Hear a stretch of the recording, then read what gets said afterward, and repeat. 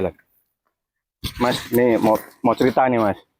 Ini kan di wilayah Gapotan Mugijaya ini lebar lahannya sekitar 280. Nah, kita posisi ini pas di ladangnya Pak Hari. Nah, padi ini sekitar umur 50 hari kayaknya nih Mas. 50 hari. Terus ini udah mulai bunting ya Pak? Katanya ini pakai produk kan dulu Mas ini Mas. Pakai produk Izora digabung sama Wong Agro ya. Terus ini katanya Mas Latif yang punya produk Mas ya? Iya, betul. Coba gini Mas, saya pengen tahu, terus mungkin kebanyakan petani sini juga pengen tahu kan. Jadi apa manfaat gabungan Izora sama Wong Agro ini? Oke, terima kasih Pak Sugeng. Nah, kita lihat hasilnya alhamdulillah lah. Lumayan walaupun cuaca sering hujan panas Pak ya. Ekstrim, ya, makanya kelihatannya memang mulai ada beberapa terkena jamur lah. Tapi intinya gini, kalau Wong Agro sendiri itu fungsinya sebagai untuk pembenah tanah ya, makanya biasanya diaplikasi sebelum tanam. Nah, fungsinya bekas-bekas jerami, kemudian bekas-bekas pupuk kimia yang tidak terolah, itu bisa diolah kembali sehingga bisa dimanfaatkan.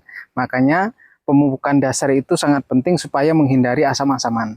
Nah, kalau dilakukan pemupukan Wong Agro, itu artinya mengurangi penggunaan dolomit. Artinya lebih ringan daripada membawa dolomit. Itu untuk mentuntaskan nitrifikasi yang ada di tanah. Nah, kemudian di sisi Izora biasanya kita masukkan barengan dengan pemupukan tabur, biasanya dengan Orea dan Ponska. Nah, fungsinya itu yang pertama kayak seperti punya Pak Haryanto ini ya. Nah, kemarin ini 50% penggunaan pupuk kimianya, dikurangi 50%, tapi hasilnya hampir sama dengan yang tetangganya.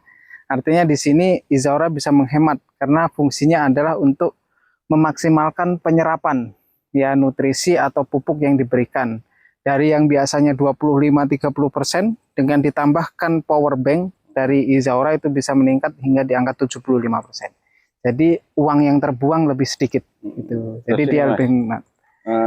Untuk kebutuhan Mas, kebutuhan untuk per hektarnya itu berapa? Kira-kira berapa ratus gram kebutuhan untuk Izora sama Wong Agro? Nah, baik. Kalau Wong Agro ini kebutuhan kalau mau full organik kebutuhannya sekitar 12 botol, tapi kan jarang yang pakai full organik ya kalau di hamparan kita. Untuk Wong Agro ya? Ya, tapi kalau untuk semi organik kita minimal gunakan 2 sampai 4 botol per satu musim. Jadi 2 botol itu 3 hari atau 1 minggu sebelum tanam. Kemudian disusul usia 7 hari sebelum masuk pemupukan pertama, kita masuk lagi Wong Agro. Nah, seperti itu. 2 kali itu saja. Itu sudah plus CPT. Cara mengaplikasikannya ya ke tanaman? Dengan cara disemprot. Disemprot. Maksudnya apa kita perlu fermentasi atau gimana gitu? Oh, enggak perlu. Wong Agro tidak perlu fermentasi, pupuk siap pakai. Enggak, yang ini, yang satunya. Yang Izora. Nah, Izora itu bisa difermentasi, bisa tidak. Tapi kalau untuk lahan selebar ini, kalau difermentasi mungkin terlalu banyak step. Mungkin orang males pakai. Nah, kita langsung saja campur dengan pupuk kimia, dengan Orea, Ponska, tambah Izora, diaduk jadi satu, langsung tebar.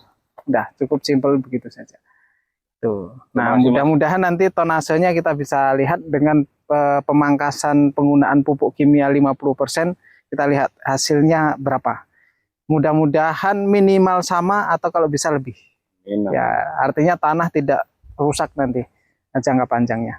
Mungkin itu Pak Sugeng. Terima kasih Mas Latif atas keterangannya. Nanti kedepannya mungkin petani sini rencana ini mungkin untuk petani sini Gapotan akan merangkul supaya memakai produk ini. Ya, gitu. Siap. Nah, nanti kita terus informasikan Pak. Ya, mudah-mudahan nanti kita bisa temu tani ya sebelum ini muncul. Nah, kita buat sebelum keluar malai ya. Nah, atau nanti pas keluar malai serempak, nah kita buat ketemu tani untuk sebagai media untuk edukasi tentang bagaimana efisiensi penggunaan pupuk. Apalagi pupuk subsidi kan kadang melimpah, kadang kalau musim ini agak sulit ya. Iya, sulit ya. Nah, kalau sulit pupuk konvensional luar biasa mahal. Oke. Nah, nanti kita atur waktunya. Terima kasih. Sama-sama.